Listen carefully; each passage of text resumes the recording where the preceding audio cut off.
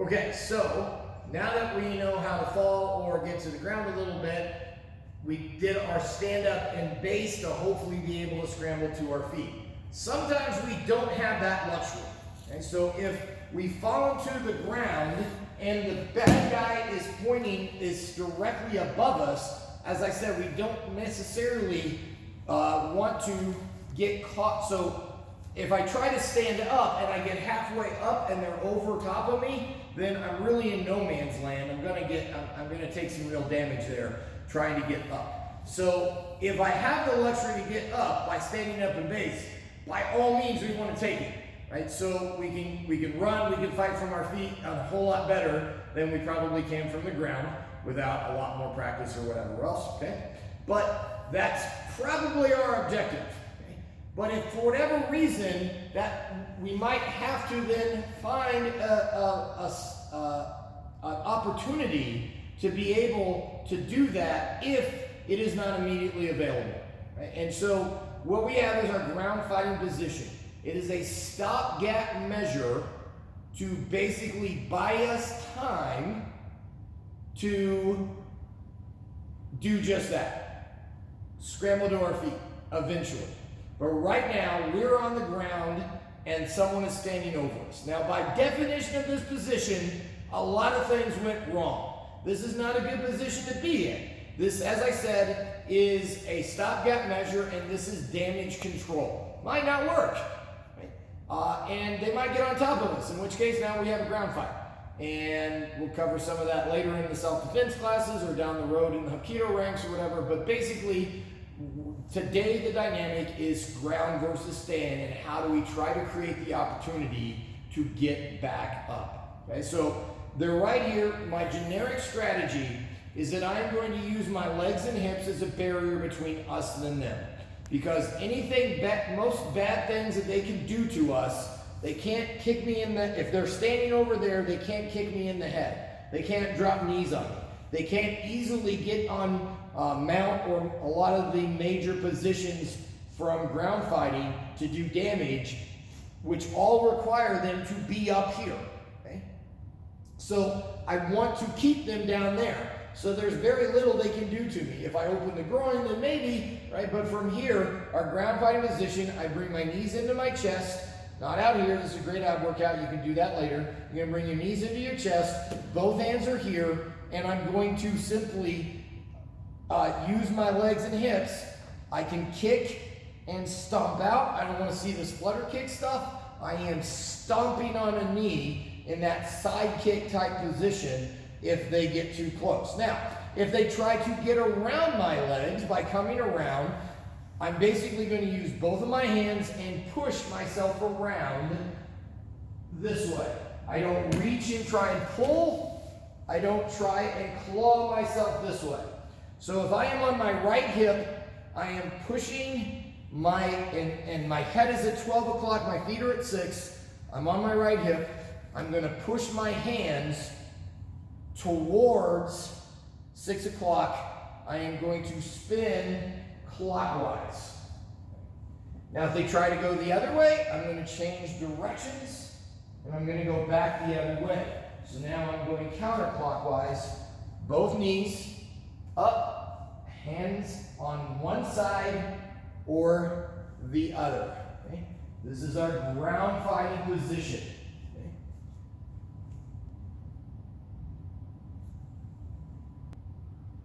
All right, so to help you conceptualize what's going on, once again, so Jen is down, I knocked her down, she's in a ground fighting position here, right? So I step in, she's gonna stomp on the kneecap this way, and maybe while I'm doing that, that gives her the opportunity to stand up and base scramble to her feet. But basically right now I'm here, and if you have someone to help you do this, even at home, all I gotta do is, and you got the space, all you're gonna do is walk slowly around, because things look different on the ground. Our perception of our leg length and everything else, things look different. So occasionally I'm going to step in, I'm going to let her put her foot on my knee, back out. If I change directions, she changes to the other knee.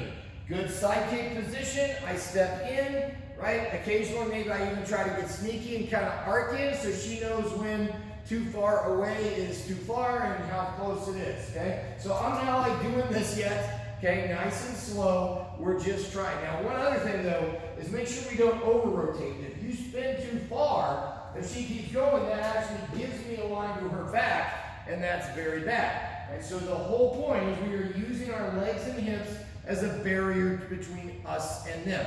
Then at some point, then she has to maybe again she kicks, she gets a reaction or whatever, right? She has to stand up in base to get away. If she brings her face forward,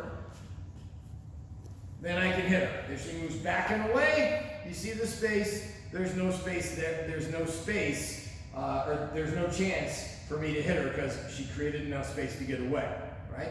So this is level 1, where I'm being very compliant, if you will. We can up the intensity in a minute, okay? But basically that's what we're trying to do. So it helps you conceptualize what's going on a little bit. Great. Great. Okay, so that's if they're trying to get around us. And remember, this is a stopgap measure. I always use the analogy, it's not like your little yippy dog that just runs around you and barks and just goes around in circles. They're not really going to do that, right? So we're not going to do this indefinitely. This is going to buy us a second or two at most, and either they're going to jump on top of us or we're going to be able to scramble to our feet. But there's a big difference in that outcome between those two things. And that's the goal of the ground fighting position, is to give us a chance to have a much more preferable outcome for us. Okay? Now, if they are, instead of going around, if they're directly in front of us, either they kind of, when we draw knees in or whatever, just gave them pause, or they're kind of trying to figure out which way to go, they're kind of doing that juke thing, trying to figure out which way to go, or maybe they just say, screw it, they're just going to climb on top of us or through us instead of going around us. One way or another, they stay directly in front of us. We have a couple more things to do. So first thing is what we call our up kick. So from here, from my ground fighting position, my top knee drops, both hands come up. So 3 out of 4 come on the ground. My knee comes to my chest, and I stomp with my heel up and out. I'm not doing this can-can thing this way. Here, knees come to my chest, and I can get my hips into it, boom, and stomp. So up into the groin, or they're bent over a little bit, I can put my heel in their face.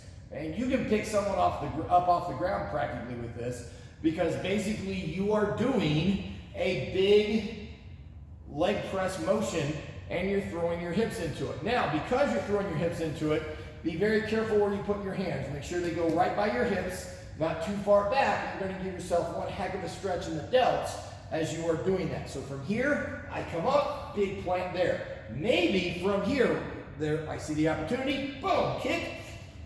I'm going right up into my stand-up and base. I can swivel from there. You don't have to, but maybe, okay? So that is my front kick, my up kick, okay? The other option we have, which is a little more Hapkido-based, okay, is from more traditional Hapkido-based, I should say. I'm gonna come to my bottom knee, and I'm gonna turn my hip over into this side kick position. So back kick or side kick position, this way, I'm hitting with my heel. Then I still have to get up. So I put my foot on the ground. Now this foot goes behind my hand and I move back and away. Okay. So from here, one more time. Bottom leg, I rock up to my bottom knee, I turn my hip over and I stomp from the ground. Put my foot on the ground and then get up. So this one is definitely, I'm trying to get up, and either the side kick lands or it makes them kind of move back enough to create, right? So they have to respect this kick enough that I can get up quickly from there, okay? It's a little longer to develop than the up kick, but again, I'm kind of already on my way up too. So there's a trade-off. So I want you to practice both. Practice the up kick, practice the side kick from your knee, and then see if you can stand up from both of those.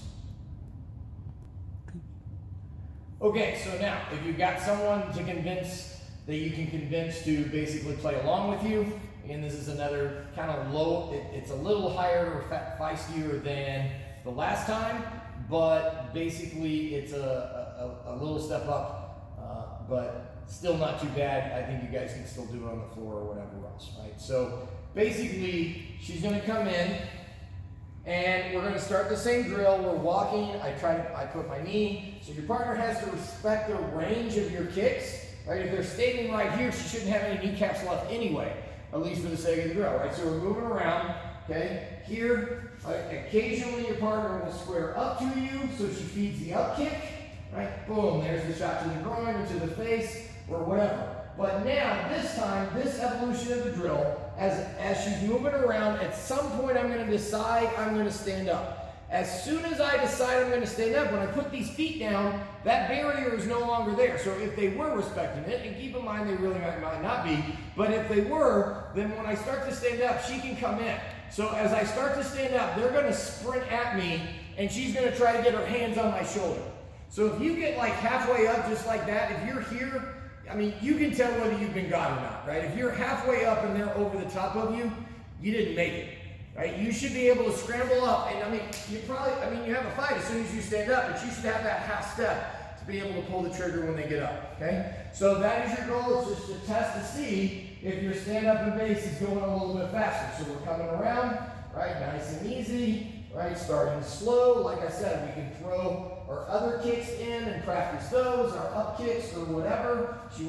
I kind of needed a square, the better target if she was square for that, right? So I kind of forced that one, but to just show you what I was talking about, right? But basically we're here, we're moving around, stepping in, everything before, okay? Partner reacts quickly, right? I start to kick, I try, I should have that time when I get up, okay? Now, understand this, okay? Out there, I'm not really the one saying go. They're dictating terms, not me, okay? Or the person on the ground, right? So, keep in mind, this is still just a drill, right? The next evolution, which is a little feistier and I would like Matt's in a little more controlled situation, is that I just give them a chance to go out, and if they can climb on top of you or get around your legs, do it. And your job is to keep them at bay or basically scramble to your feet. Even then, once we get good at standing up in base, I would say we should be able to get up about 35–40% of the time. That's still pretty good odds given the hole that we were in terms of this, this situation, right? So, like I said, it's a stopgap measure. It might not work. If they do jump on top of us, then that's a whole nother series, because that is ground fighting, right? But our job is to get to our feet so we can fight and run a whole lot better, okay? All right, so white belts and self-defense. This is the part where you are good. You do not have to watch any further. Yellow belts, we're going to keep going and review a little bit more of your falling requirements. So Hapkido, yellow belts and beyond, you guys, this is you, okay? So, all we do for some of the lower ranked falling requirements is add on a little bit, okay? So our back fall that we did before, I sit down, right, and do that, okay?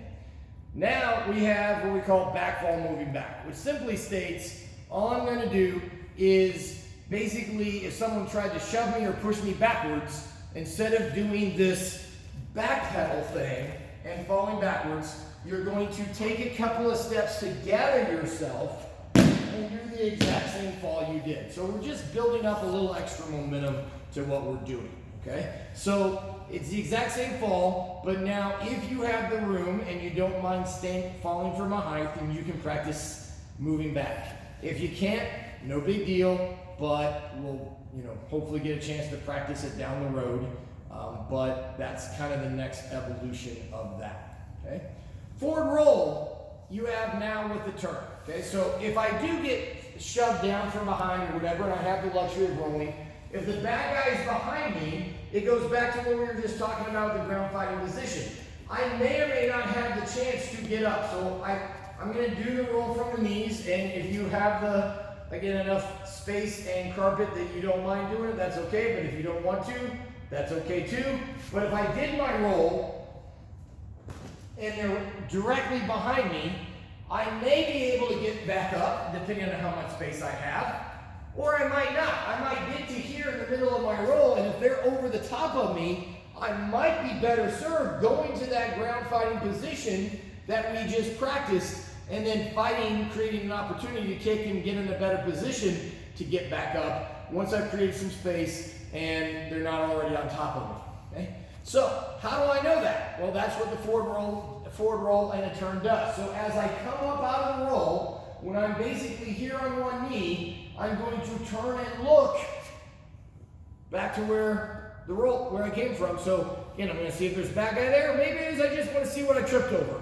Okay, but one way or another, then I decide I'm going to then stand up once it's safe. Right? So the forward roll has this moment of decision before I get the rest of the way up. Okay? From there. And so that's from here. I'm on one knee. I'm going to turn and then get back up from there. I just kind of come up to a squat, make sure I can pick the rest of the way up. Okay? All right. We have one more fall, and we don't even do the full fall. Okay? We do a progression up to the full fall. We have front fall, short and long. We don't even do this from a stand for orange belt yet. We do it from green belt. Okay, so this one, it does not take a lot of space. You can do it on your bed. Right? You might not even want to do it on a hard surface. I would definitely put some extra blankets down or something like that on your carpet if you want to do it. It's not horrible, but at the same time, right? You can do it on your bed or whatever else. Okay. So basically, we would like to roll if we had the choice. So the front fall is if we don't have that option that the forward roll allows us to use that round shape. So we basically slip and we're just face planting straight down. Okay.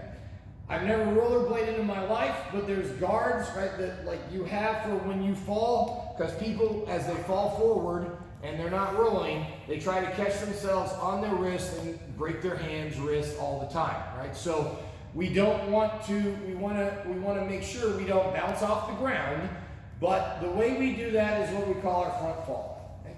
Now, the slap out, if you will, for the front fall, okay, is basically, I'm going to assume my position, the hands come up, and I'm basically going to do it. It's like you're setting a volleyball or your formal bow position from your fingertip to your armpit. Everything hits at the same time, this way. So this is my slap out position, if you will. Okay, so my head is up. So if I'm looking at the ground, then basically I'm going to bash my face into the pavement when I land.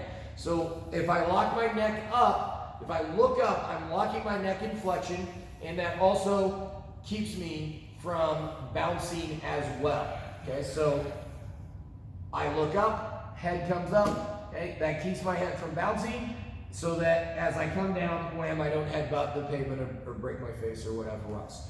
Notice my butt is basically staying on my heels. All I am doing is this, okay? I'm not coming up off my heels at all, because we're just working on that front fall position. Head is up as I do it, right? So I always joke when we're in a class doing this, head up is what keeps everyone from thinking I'm starting a cult, right? So we got to keep your head up, but this is your short front fall. It is just the slap out. The next progression, just like we did for the other falls, we started seated, then we did squatting, and then we stood up, okay? Squatting is basically from your knees, okay? You're basically going to go sort of to a plank position. I'm going to assume the position, I'm going to slap out as I fall forward.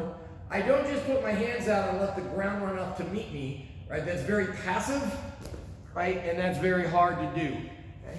Hands up to my ear, I slap out, my head stays up. I'm going to key up on impact. So I forcibly control when I exhale. I don't let that wind get knocked out of me involuntarily. I control how I breathe.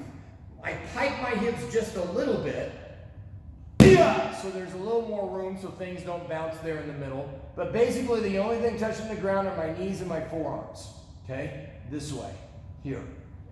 As I said, make sure I just don't reach out, right?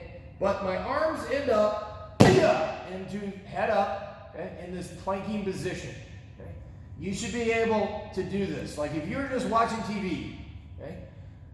Obviously not sports right now, but unless it's like the rock skipping championships or something like that, right? But if you're just watching TV, right, this is not hard.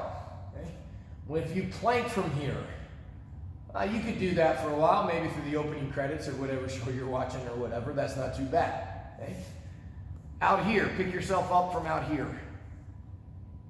That's a little more work. Put your arms out here. That's a lot of work. There's a reason we watch TV like this, right? It's bone, it's structure. That's what I want. I'm not going to try and catch myself as I fall out here or out here. I need my skeletal system to be supporting myself so nothing bounces off the ground, okay? So your front fall position is basically your TV shape. It's very natural, and everything, again, holds yourself, your structure, your frame holds yourself up as you do it. Okay? I'll do it one time from standing. You do not have to do this. I don't even recommend that you do this. Right? But just so you can visualize what's going on, again, I get trucked or thrown, and basically I fall from here.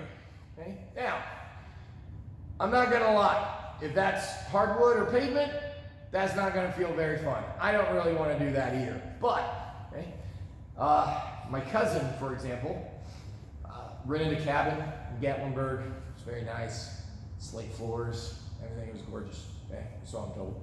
But slate apparently is pretty slippery, so when he went to get another bottle of wine, slipped on some ice on the floor, or at least they think that's what happened, because he woke up in the hospital like 2 days later, had to put like his teeth back in the front of his face, redo his nose, because all this had been smashed in from where he face planted straight down on the floor. Right, so they had to put all that together. Okay, so again, this is not going to be fun, but falling by definition is damage control.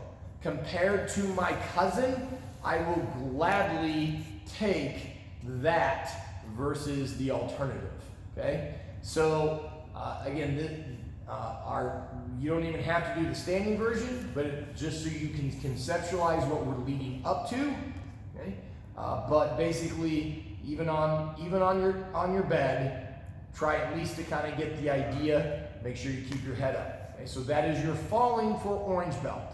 Short and long front falls. Make sure you understand the terminology difference between the two. Short and then long from here. And then we build on our back fall and our forward roll. We add a turn. Not too much.